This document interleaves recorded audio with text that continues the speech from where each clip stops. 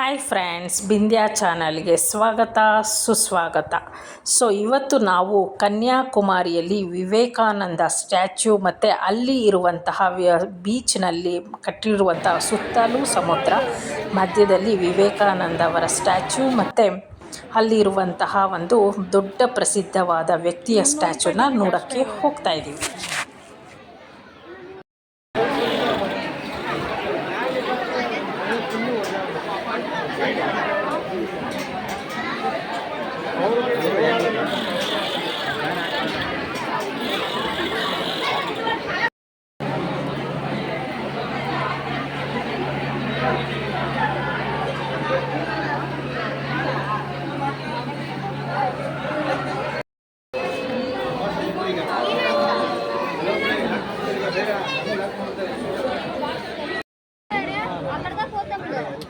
ನೋಡಿ ಕೂತವ್ರ ನೀರು ಹಾಕ್ತಾರೆ ಆಮೇಲೆ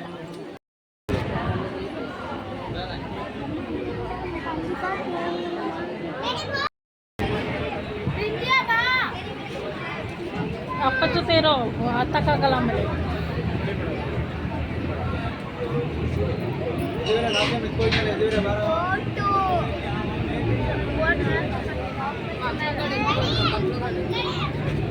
ಡ್ಯಾಡಿ ಹತ್ರ ಹೋಗಿ ಬಂದ್ವಿ.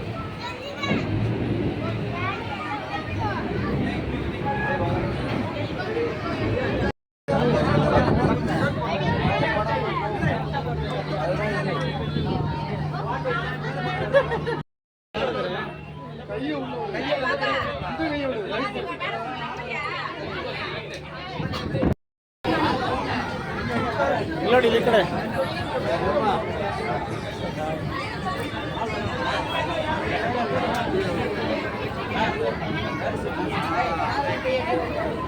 ಬ್ಯಾಗ ದಿನಕ್ಕೆ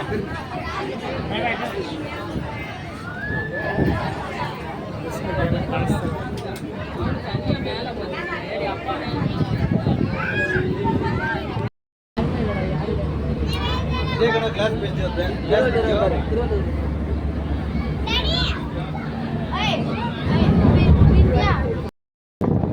₹30 ಇಲ್ಲಿ.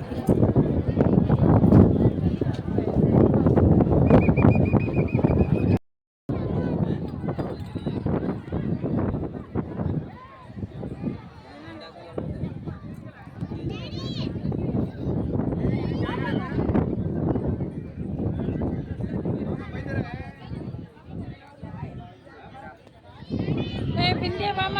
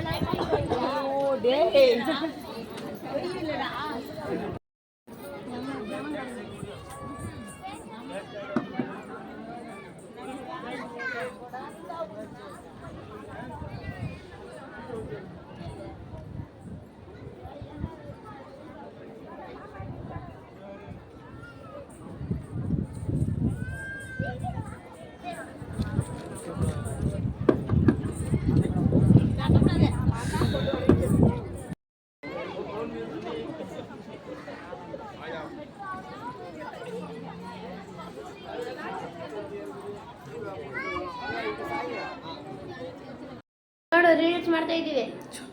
ವಿಡಿಯೋಸ್ ಮಾಡ್ತಾ ಇರ್ತಾರೆ. ಅಪ್ಪ ಸಾಂಗ್ ಕಟ್ ಮಾಡಿ ಅವಾಗ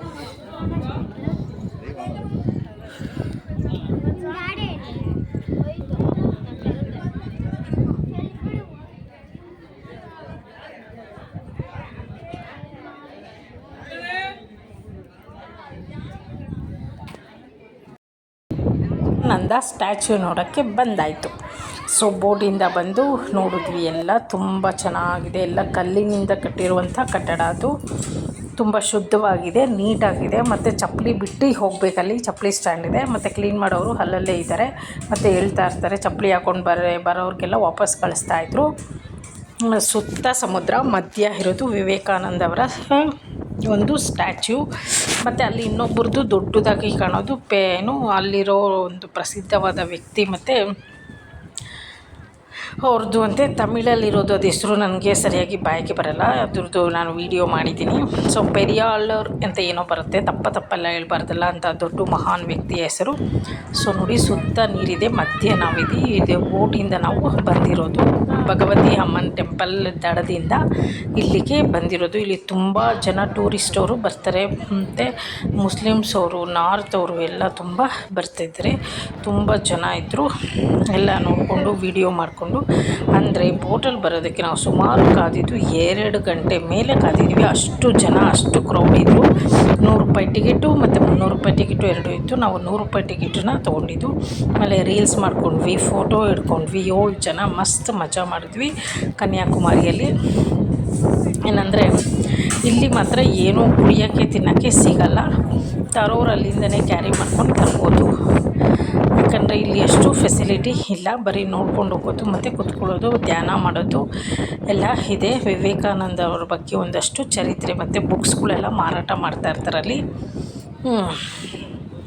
ಆಮೇಲೆ ಮುಂದೆ ಎಲ್ಲ ನೋಡ್ಕೊತ ನಾವು ಬಂತ ನೋಡಿ, ಮುಸ್ಲಿಮ್ಸ್ ಅವರು ಇದ್ದಾರೆ, ಎಲ್ಲ ಥರ ಜನ ಕೂಡ ಇಲ್ಲಿ ಬಂದಿದ್ದರು. ಸೊ ವೀಕೆಂಡ್ ಅಂತ ಏನೋ ಎಷ್ಟು ಕ್ರೌಡಾಗಿತ್ತು ಜನ. 3 ಬೋಟೋ 4 ಬೋಟೋ ಏನೋ ಹೋಗ್ತಾಯಿತ್ತು, ಆದರೂ ಅಷ್ಟು ಜನ ವೇಟಿಂಗಲ್ಲಿದ್ದರು. ಗ್ಲಾಸ್ ಹೌಸಿಗೆ ಬಂದಂಗಂತೂ ತುಂಬ ಖುಷಿ ಆಯಿತು. ಯಾಕಂದರೆ ಫಸ್ಟ್ ಟೈಮ್ ನಾವು ಗ್ಲಾಸರ ಮೇಲೆ ನಡೆದಿರೋದು. ಕೆಳಗಡೆ ನೀರು, ಬೀಚೆ ಅಲೆಗಳು ಬಂದು ಅಪ್ಪಳಿಸ್ತಾಯಿದ್ರಿ, ನೋಡ್ಕೊಂಡು ಹೋಗ್ತಾಯಿದ್ರಿ. ತುಂಬ ಖುಷಿ ಆಯಿತು, ಮತ್ತು ಸ್ವಲ್ಪ ಭಯ ಕೂಡ ಆಗ್ತಾಯಿತ್ತು. ಅಷ್ಟು ಬಂದೋಬಸ್ತಾಗಿ ಮಾಡಿದ್ದಾರೆ, ಹೆದರ್ಕೊಂಥದ್ದೇನಿಲ್ಲ. ಮತ್ತು ಕೂತ್ಕೋಬಾರ್ದು ಅಲ್ಲಿ, ಮತ್ತು ಒಂದೇ ಸೈಡು ಪ್ರೆಷರು ಹಾಕೋಂಗಿಲ್ಲ.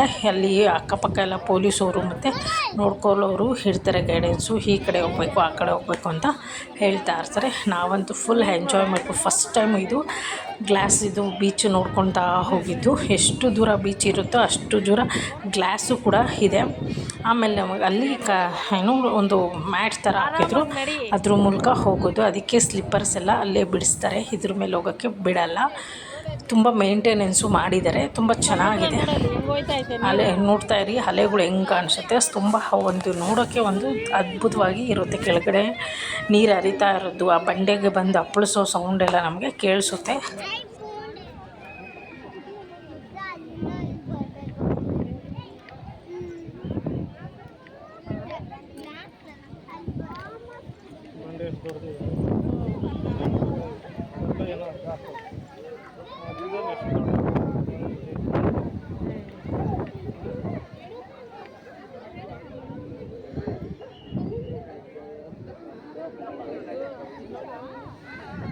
ನಡೀರೋ ಮಧ್ಯಕ್ಕೆ ನಿಂತಿದ್ದೀವಿ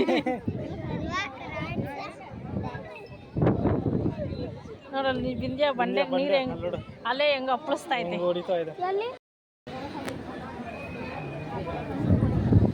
ಮೆಟ್ಲು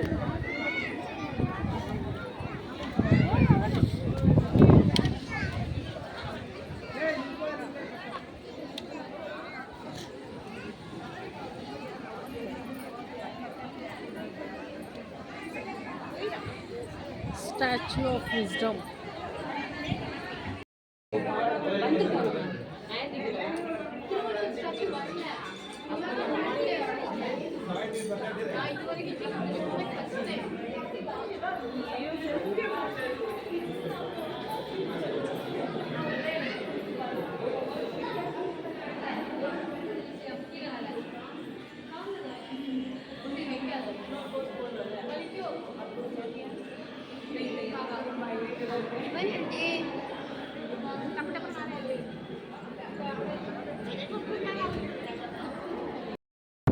ಇದೇ ಸ್ಟ್ಯಾಚು ಮಹಾನ್ ವ್ಯಕ್ತಿ, ಪ್ರಸಿದ್ಧವಾದ ವ್ಯಕ್ತಿ ಪೆರಿಯಾಳೂರ್ ಅಂತ ಇವ್ರದ್ದು ಇರೋದು. ಅದರಿಂದ ಇರೋದು ವಿವೇಕಾನಂದ ಅವರ ಸ್ಟ್ಯಾಚು.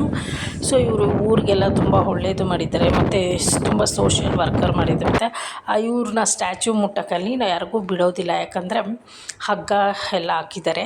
ಸೊ ಎಲ್ಲರೂ ಮುಟ್ಟಿ ನೋಡ್ತಾರೆ, ಮತ್ತು ತುಂಬ ಸೆಲ್ಫೀಸ್ಗಳು, ರೀಲ್ಸು ಮಾಡ್ಕೊತಾರೆ ಅಂತ ಅಲ್ಲಿ ಒಂದು ನಿಷೇಧ ಮಾಡಿದ್ದಾರೆ. ಫೋಟೋ ಹಿಡ್ಕೊಳ್ಳೋರು ದೂರದಿಂದ ಹಿಡ್ಕೊಬೋದು, ವಿಡಿಯೋ ಮಾಡ್ಕೋಬೋದು ಅಂತ.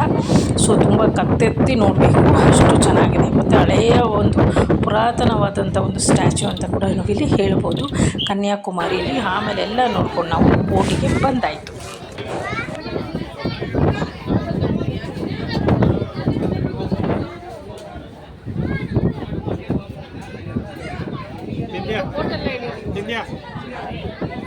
ಹಾಯ್ ವಿಂಡೋ ಸೀಟ್ ಸಿಕ್ತಲ್ಲ ಹಾಯ್ ನೋಡು ಗಾಳಿ ಹೆಂಗೆ ಬರ್ತಾಯಿತ್ತು.